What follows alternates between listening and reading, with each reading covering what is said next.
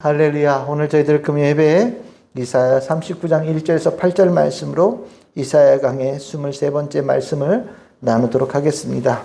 오늘 이 말씀이 우리가 히스기야는 이사야서에서는 그의 인생이 하나의 메시지를 전하는 중요한 도구로 사용되어지고 있다라고 말씀을 드렸죠.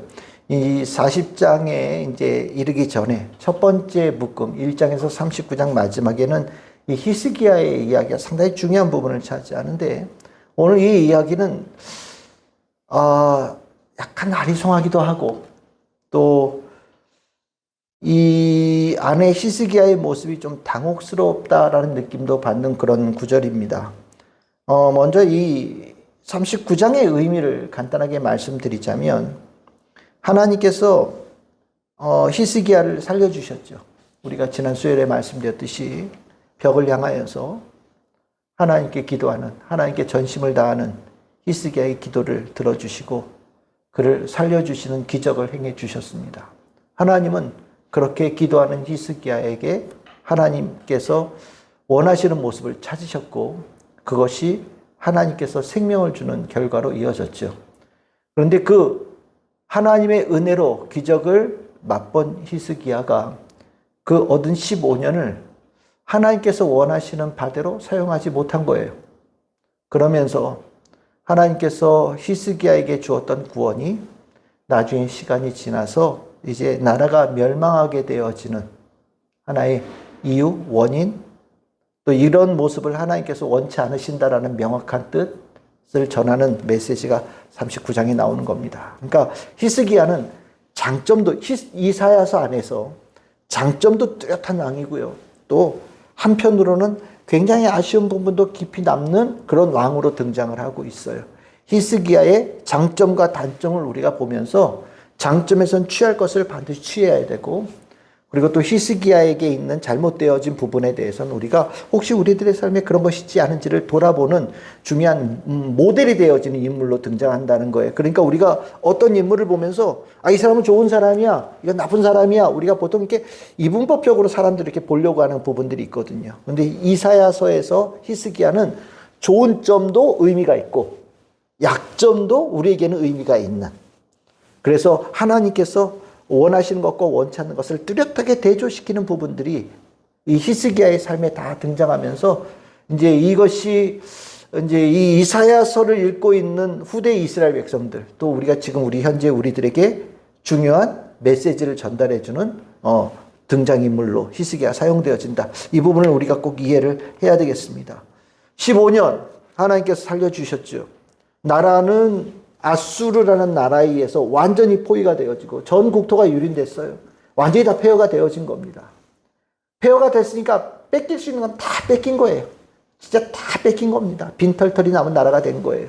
나라도 멸망 직전이고 더군다나 히스기야도 하나님께서 넌 더 이상 살지 못한다라는 얘기를 들었으니까 히스기야 입장에서 봤을 때는 나라도 죽을 것 같고 나도 죽을 수밖에 없는 아주 그냥 이중고의 아주 그 설상가상이라고 하는 엎친 데 덮친 것 같은 그런 위기를 겪은 거죠. 그런데 하나님께서 또 기적을 베푸시면, 하나님께서 일을 하시면 나라도 살아날 수 있고 히스기야도 살아난 거잖아요. 그러니까 그 강한 압박감 속에서 살아남기 위해서 애를 썼던 그 긴박함이 사라지고 평안하고 또 안정되어진 상태가 되어지고 나니까 이제 다른 문제가 다가오기 시작한 거예요. 그러면서 그 시기를 하나님께서 보시기에 잘못 사용했다라고 얘기하는 거예요. 15년이. 하나님께서 다시 살려주신 이 15년을 히스기야가 더 잘 살았어야 되는데 잘못 살았다. 저는 이 메시지를 읽으면서 저는 이렇게 생각이 들어요. 예수님을 통하여서 우리가 거듭남의 은혜를 받았는데 죄로 인하여서 죽을 수밖에 없는 우리들이 거듭남의 은혜를 받았는데 거듭남의 은혜를 받고 난 그 뒤의 삶을 우리는 어떻게 살고 있는가? 이 부분에 대해서 이 오늘 39장의 말씀을 이렇게 같이 오버랩 시키면서 이해하면 좀 더 이렇게 우리에게 와 닿지 않을까라는 생각이 드는 겁니다. 우리는 거듭남의 은혜를 입은 사람들이죠. 예수님으로 인하여서 우리는 거듭남의 은혜를 정말 축복으로 받은 사람들이란 말이죠. 그 거듭남의 삶은 내 삶이 아니잖아요. 나는 이미 죽을 수밖에 없는 나인데 죽은 나를 하나님께서 사는 자로 바꿔주신 거잖아요. 나는 원래 살았고 조금 더 잘 사는 자가 되어졌다라고 얘기한다면 거듭남의 의미를 모르는 거죠. 나는 원래 살았고 지금도 살고 있는데 그 과정에서 뭔가 하나의 절차를 겪은 거다라고 그 정도로 이해한다면 거듭남의 의미를 이해 못하는 거예요. 나는 거듭남의 그 은혜의 시간 속에 과거의 나는 죄로 인해서 죽을 수밖에 없는 인생이 끝났고 나는 예수님으로 인해서 새로운 삶을 내가 부여받은 거다. 그런 인식으로 우리는 거듭남의 삶을 받아들이는 거예요. 그러니까 이 삶은 내 삶이 아닌 거죠. 우리가 그리스도인으로서 이 마음속에 참 가져야 될 중요한 것 중에 하나라고 저는 생각을 해요. 거듭난 이후의 삶은 내 삶이 아니다. 거듭난 이후의 삶은 나를 살리신 하나님의 영광을 위해서 사는 삶이다. 그것을 사도 바울은 자유의 삶이라고 얘기를 했고, 그러니까 하나님, 나를 살리신 하나님께 순종하고 충성하고 헌신하는 것이 자연스럽게 이루어지는 것이 마땅한 삶이 되어지는 거죠. 근데 우리가 이제 이 주님의 은혜로 새롭게 태어났지만 이 삶을 하나님의 은혜로 다시 태어난 것의 의미를 잘 알지 못하면 이 시기가 우리들의 삶에 아주 또 심각한 영적 위기를 가져올 수 있는 상태가 될 수 있다는 걸 보여주는 겁니다. 오늘 1절에 보시면 이렇게 나오죠. 발라단의 아들 바벨론 왕 무로닥 발라단이, 아수르라는 나라가요. 여러분들 이제 지도를 이렇게 나중에 보시면 알겠지만 그 이라크 땅에 그 티그리스강 유프라테스 강이 이렇게 쭉 흘러서 쿠웨이트 쪽으로 이렇게 쭉 흘러가거든요. 근데 그 상류 쪽에, 저 터키 쪽에 붙어 있는 쪽에 있는 중심 지역인 곳의 나라가 아수르예요. 예. 그곳이 중심이 되어져서 이 메소포타미아 전 지역을 지배하는 거예요. 그런데 이 아수르란 나라가 그 다음에 이제 등장하는 나라가 꿈틀꿈틀 일어나기 시작하는데 그 강에 지금 이제 쿠웨이트 그 지역, 그 하류 쪽을 중심으로 해서 바벨로니아라는 나라가 꿈틀거리고 일어나기 시작했어요. 그러니까 아수르가 있는 상태에서 바빌로니아라는 나라가 다른 지역에서 하나의 강력한 나라로 등장하기 시작한 거예요. 등장을 하면서 이게 역사를 보면 상류 쪽에 있는 나라가 한번 권세를 잡고 하류 쪽에 있는 나라가 권세를 잡고 상류 쪽에 잡고 하류 쪽에 잡고 왔다 갔다 하거든요. 역사가 그렇게 쭉 흘러가는데 어쨌든 아수르라는 나라가 그렇게 강력했던 나라가 이제 망조가 되기 시작한 거예요. 그러면서 바벨론이라는 나라가 크게 일어나면서 이제 아수르를 멸망시키고 전체 권세를 잡을 준비를 이제 시작했는데 그런 바벨론이라는 큰 그 나라의 후보자가 될 수 있는 나라가 히스기야가 병을 낳았다라는 얘기를 듣고서 글과 예물을 보냈다라고 얘기를 하잖아요. 그러니까 히스기야가 그걸 받으면서 어떤 마음이 들었겠습니까?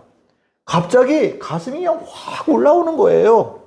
전에는 아수르가 공격했을 때 지푸라기라도 잡는 심정으로 애굽을 막 찾아가고 그랬잖아요. 근데 이 바벨론이라는 나라는 애굽에 비하면 훨씬 더 큰 나라고요. 더군다나 글과 예물을 보냈다라는 게 뭡니까? 나를 굉장히 예우하고 나를 굉장히 높였다라는 거잖아요. 그러니까 히스기야 입장에서는 갑자기 막 온 나라가 막 다 멸망할 지경까지 가고 아무것도 없는 나라인데 갑자기 어깨가 확 올라오면서 기분이 굉장히 고무된 거예요. 자신감도 생기고 용기도 생기고 이 안에서 막 자만심이 쑥 올라오는 일이 생긴 거죠. 그러면서 그 자만심 그리고 더 나아가서 교만함, 그것에 대해서 완전히 자기가 하늘을 위에 올라가 있는 자가 되어지면서 하나님께서 15년을 더 살게 하신 이 시간을 헛되게 사용했다라고 오늘 성경에서 얘기하고 있는 겁니다. 이제 그게 뭐냐면 여러분들 히스기야가 사자들로 인해서 기뻐하고 실은 하나님으로 인하여 기뻐할 자인데 그 바빌로니아 사신들 왔다고 이제 의지하면서 기뻐하고 그에게 내가 얼마나 부자인지 여기 보시면 다 내 것이란 얘기가 나와요. 여러분들 4절에 보십시오. 무엇을 보았습니까? 라고 얘기했더니 뭐라고 얘기하면 내 궁전, 내 창고, 내 보물 다 자기 거, 다 내 거라고 얘기를 합니다. 그러니까 내가 여기 있는 거 다 보여주었다라고 얘기하거든요. 그러니까 막 기분이 너무 좋아가지고 다 보여주고 자기 자랑하고 나 이렇게 잘났고 이걸 갖다가 막 한껏 그들 앞에서 정말 어깨가 확 올라간 거죠. 근데 하나님께서는 그 모습을 보시면서 히스기야에 있는 영적인 취약점을 보았다라고 보시면 되겠습니다. 이 부분에 대해서 나중에 여러분 성경 찾아보십시오. 역대하 32장에 보시면 하나님께서 그의 심중에 있는 것이 무엇인지를 알려고 시험하셨다 이런 얘기가 나오거든요. 이 사건에 대해서. 그러니까 하나님께서 바벨로니아의 사절들을 보내게 하셨고 그 평안함과 잘 되어지는 구원받은 그 상황 속에서 정말 하나님에 대한 감사가 있는지, 하나님께 자기를 살려주신 거듭남에 대한 그 기쁨이 하나님께 돌려지고 있는지를 하나님께서 검증하기를 원하셨다. 그래서 그가 한껏 고무될 수 있는 환경을 만들어 주셨더니 히스기야가 정말 그 속에 있는 안 좋은 모습들이 그냥 있는 그대로 다 방출되어졌다라고 얘기하고 있는 거예요. 저는 이 메시지가 상당히 의미가 있다고 생각을 해요. 히스기야는 하나님의 영광을 가로챘고 하나님의 은혜를 망각했으며 이방 나라를 의지하는 것에 대해서 다시 돌아간 자의 모습으로 나타나고 있는 거거든요. 우리가 어려울 때 지나가서 평안함을 얻으면 우리는 오직 하나님만 바라보고 하나님께 영광 돌리며 살 것 같지만 우리가 그 위기를 보나서 평안함을 얻었을 때 우리는 또 다른 단계의 영적인 시험대에 올라가 있는 겁니다. 위기에서 살아남는 법을 배우는 것도 중요하지만 이제는 하나님께 주신 축복 안에서 우리가 그것을 꾸준하게 변함없이 하나님께 감사를 드리고 기쁨을 드릴 수 있는 삶을 살 수 있는가에 대한 시험대에 또 한번 올라가게 되는 거예요. 우리가 위기에서 벗어나는 것만이 실은 신앙의 힘이라고 생각하지 사는 분들도 계시지만 저는 그렇다고 생각하지 않습니다. 정말 위기에서 벗어나는 건 하나님께서 우리에게 베풀어 주시는 기적이고요. 은혜고요. 정말 우리는 하나님께서 주신 축복을 하나님께 감사드리면서 그것을 꾸준하게 건강하게 잘 유지하고 지킬 수 있느냐가 실은 우리가 신앙생활하는데 훨씬 더 많은 부분을 차지하고 있는 시험대라고 저는 생각을 해요. 위기의 상황 속에서는 다 정신 차려요. 어려운 일 있으면 믿음 없던 사람들도 새벽 예배 와서 기도하고 밤새 기도하고 금식 기도도 하고 뭐 하지 말래도 합니다. 근데 문제는 위기가 벗어나고 난 다음에 그 사람의 영적인 상태죠. 저는 이게 훨씬 더 중요한 거예요. 하나님은 축복이 기적이 한 번만 주시는 게 아니잖아요. 하나님은 기적은 우리에게 베풀으신 기적은 시작이거든요. 어떻게 보면 일상적인 거예요. 그 위기를 벗어나고 또 하나님은 그 다음에 우리에게 준비하고 계신 일들이 있고 그 다음에 준비된 일이 있고 그 다음에 준비된 일이 있거든요. 하나님은 하나님께 늘 언제나 기쁜 믿음, 건강한 믿음, 진실한 믿음 가진 자에게 하나님은 기꺼이 우리가 보기엔 기적 같은 일이지만 하나님께서는 일상적인 일들을 해 주시기를 계획하고 계시면서 그걸 행하시거든요. 근데 정작 하나님은 준비해놨는데 우리가 하나님에 대한 마음이 변질되어지거나 변동되어지거나 흔들려서 하나님께 주신 축복을 한 번 받고 끝내는 사람들도 있고 그것마저 놓치는 경우들도 허다하게 일어나고 있는 문제를 가지고 있다는 거죠. 저는 이 부분은 아마 여러분들도 구체적인 사례를 안 들어도 다 아실 거라는 생각이 들어요. 우리가 흔히 얘기해서 승자의 저주다 이런 얘기도 하죠. 승자가 되어지고 난 다음에 방심하는 거예요. 다 이루었다 이 정도면 됐어라는 순간에 급격하게 내리막길을 접어드는 경우들을 허다하게 보거든요. 왜 이런 일이 벌어지느냐? 목표가 눈앞에 있는 것에 목표를 둬서 그래요. 우리가 천국 소망을 두고 살아야 되고요. 하나님께 내 삶의 목적을 두고 살아야 되고 영원한 것에 대해서 목적을 두고 살아야 되는데 우리가 올해 요거 되어지는 곳까지 요거까지 아주 그 근시안적으로 삶의 목표를 두고 살다 보니까 그것이 되어지고 나면 됐어 라는 마음으로 마음이 그냥 툭 놓여지면서 그 이전과 그 이후가 다른 자의 삶이 되어진 경우들이 생기는 거거든요. 히스기야가 어떤 사람인지는 우리가 다 알 수는 없죠. 그렇죠? 근데 이사야서에서는 이사야가 보여주는 히스기야는 그 위기에 맞았을 때의 그 히스기야와 위기에서 벗어난 다음에 히스기야가 달랐다라고 얘기하고 있는 거예요. 달랐다. 그래서 하나님께서 그를 구원시켜 주신 그 축복이 얼마 못 가고 조만간에 하나님께서 다시 그를 심판할 수밖에 없는 과정으로 이어졌다는 걸 얘기하고 있는 거거든요. 하나님은 우리에게 기적을 베풀어 주시고 우리에게 바라는 것들, 우리가 꿈꾸는 것들에 대해 더 좋은 것으로 채워주시는 분이에요. 그러니까 우리는 준비해야 돼요. 하나님께서 내 기도를 들어주시고 내 꿈을 이루어 주신 다음에 나는 그 다음에 어떻게 살 것인가를 준비해야 되는 거예요. 그냥 나 이거 이루어 주시옵소서. 나 이거 되게 해 주시옵소서. 그걸로 기도가 끝나고 그 다음을 준비 안 하면, 예배 안 하면 그건 기도해 놓고서 하나님께서 응답하신 것을 기대하지 않은 거고요. 하나님께 주신 축복을 제대로 누리고 또 그것을 기반해서 더 나은 삶으로 하나님께 주신 축복을 준비하지 못하는 모습이라는 것을 보여주는 겁니다. 오늘 기도하십시오. 여러분들 기도할 때 내가 기도하고 하나님께서 나에게 기도하게 하신 것들에 대해서 기도하는 거 당연히 성취되고 기도하고 그 다음에 모습도 준비가 되어져야 돼요. 준비가 되어졌을 때 그 축복이 승자의 저주로 전락되어지는 일들이 일어나지 않는다라는 거죠. 지금 히스기야는 그 부분에 있어서는 이사야가 보기에는 굉장히 교훈이 되어질 수 있는 인물로 우리에게 전해지고 있다.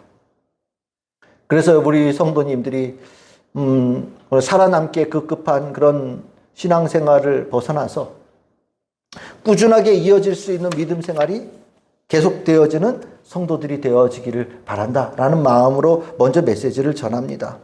하나님께서 실은 이사야를 통해 주신 이 메시지는 실은 참혹한 메시지였어요. 정말 다 끌려가고 빼앗기고 바벨론에 어떻게 되어지는, 네가 보여준 거 다 거기로 옮겨져서 있을 것이다라는, 하나님께서 이사야를 통해서 말씀하신 이야기는 나중에 이제 얼마 지나지 않아서 성취되어질 100년 정도 지나면 이제 이루어질 이야기가 되어지는데, 근데 저는 이제 한 가지 아쉽게 본 것은 8절이에요. 실은 이게 저는 읽으면서 정말 이해가 잘 안 갔거든요. 이사야는 무겁게 말씀을 전한 거예요. 왕이시여, 당신 참 큰 실수한 겁니다. 하나님을 영화롭게 하는 대신 자기를 영화롭게 했고, 하나님께 감사드리는 것 말고 정말 자신의 자랑을 한껏 했습니다. 아니 어쩌자고 그들을 의지하면서 그들에게 자기가 있는 것을 다 보여줄 수 있습니까? 다 없어질 겁니다라고 아주 심각한 위기의 말씀을 전한 거거든요. 근데 8절에 보시면은 히스기야가 이사야의 말씀을 깊이 들었냐? 그렇지 않은 것 같아요. 여호와의 말씀이 좋소이다. 이게 좋다라는 게 어떤 의미인가?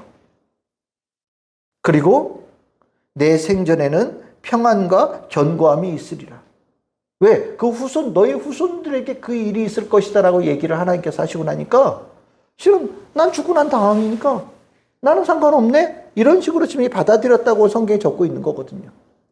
왜 이런 말씀을 적었을까? 실은 이걸 고민을 좀 했었어요. 근데 제가 이 말씀을 읽으면서, 히스기야가 영적으로 어두워졌구나. 심각하게 받아들여야 될 말씀을 심각하게 받아들이지 못하고, 그의 후손들에게 있을 그의 나라, 그의 왕이, 그의 백성들, 하나님의 뜻이 이루어지는 그 과정들에 대해서 중요하게 여기지 못하고 나만 아니면 돼 라는 생각으로 안일함에 완전히 빠졌구나. 아마 그러니까 히스기야가 이 말씀을 전해놓고 반응이 너무 생각한 거랑 반대로 가니까 아마 구절이 있었으면 그 히스기야의 반응을 보고 이사야가 의아하게 생각했다. 이렇게 나올 수도 있겠다라는 생각이 들었어요. 우리가 하나님께서 주신 은혜의 시간들을 잘 받아들이면 하나님의 마음과 교감이 되잖아요. 하나님께서 슬퍼하실 때 내가 슬퍼할 수 있고, 하나님께 기뻐하실 때 내가 기뻐할 수 있단 말이죠. 하나님께서 요놈아 라고 얘기하실 때 그것을 무겁게 들을 수도 있고요. 그 안에 있는 진심을 읽을 수도 있어요. 그런데 우리가 영으로 얻어지면 하나님의 전하신 메시지를 제대로 못 들어요. 그 중요함을 내 마음속에 간직하지 못한단 말이죠. 성경을 읽어도 뭐가 중요한지 뭐가 특별한지 잘 몰라요. 우리가 가지고 있는 영적인 어둠이 바로 이런 상태다. 히스기야가 바로 그런 상태에 들어갔다라는 것을 보여주고 있다라는 생각이 듭니다. 히스기야는 하나님께서 주신 15년을 하나님께서 원하신 대로 못 산 거예요. 하나님께서 그 15년을 주시면서 기대하신 삶을 히스기야는 제대로 살지 못한 겁니다. 아쉬운 거죠. 그럼 우리는 어떨까요? 저는 개인적으로는 믿음의 부모 밑에서 자란 정말 태어날 때부터 믿음의 자녀로 자란 자 복 있다고 저는 생각을 합니다. 그리고 참 아쉽게 생각하는 분들 중에 한 분이 아니 좋은 시절 다 지나고 인생의 마지막 시간 얼마 안 남고 나서 그제서야 하나님 알고 예수님 믿는 사람들 저는 좀 아쉽다는 생각이 들어요. 아니 진작에 믿고 진작에 같이 주님 안에 살았으면 얼마나 복을 받았을까. 근데 우리는 이미 좀 오래전에 하나님께서 불러주신 사람들이잖아요. 우리는 복 있는 사람들이란 말이죠. 하나님께서 우리에게 하나님과 동행하는, 예수님과 동행하는, 성령과 동행하는 삶을 아주 길게 우리에게 베풀어 주셨단 말이죠. 그럼 우리에게 그렇게 긴 삶을 하나님의 자녀로 살게끔 하신 그 뜻, 그 목적을 내 마음속에 잘 간직하고 살고 있는가? 나는 나에게 주신 30년, 40년, 50년 하나님의 자녀로 살아가게 한 거듭난 자의 삶을 하나님께서 바라신 것을 이루어가면서 내가 살았는가? 한번 돌아왔으면 좋겠다라는 생각이 들었어요. 히스기야 보면서 그래 나도 이런 모습이 있을 수 있지. 그런 생각이 많이 들었습니다. 정말로 많이 들었어요. 하나님께 주신 축복은 귀하게 주신 축복인데 그 안에서 하나님을 제대로 느끼지 못한다면 우리는 하나님께서 주신 은혜를 제대로 얻지 못한 거죠. 우리가 신앙생활을 하면 할수록 책임감이 깊어지는 건 사실입니다. 하나님께서 은혜 주신 것을 받으면 받을수록 우리는 더 깊은 책임감 안으로 들어가는 것 같다는 생각이 들어요. 저는 우리 성도님들이 정말 주님께서 주시는 믿음이 한결같고 굳건하여서 주신 축복이 결코 소멸되어지지 않고 그 다음으로 이어질 수 있는 그런 성도들의 삶이 되기를 바라고요. 우리 히스기야의 모습 속에서 좋은 점 우리 앞에서 발견했던 기도의 모습 우리가 잘 담고 오늘 39장에 나와 있는 이 아쉬운 모습에 대해서는 내 삶을 돌아보면서 그 삶으로부터 따라가지 않는 모습들이 우리에게 있으면 좋겠다라는 생각을 가지면서 오늘 금요 예배 말씀을 마치도록 하겠습니다.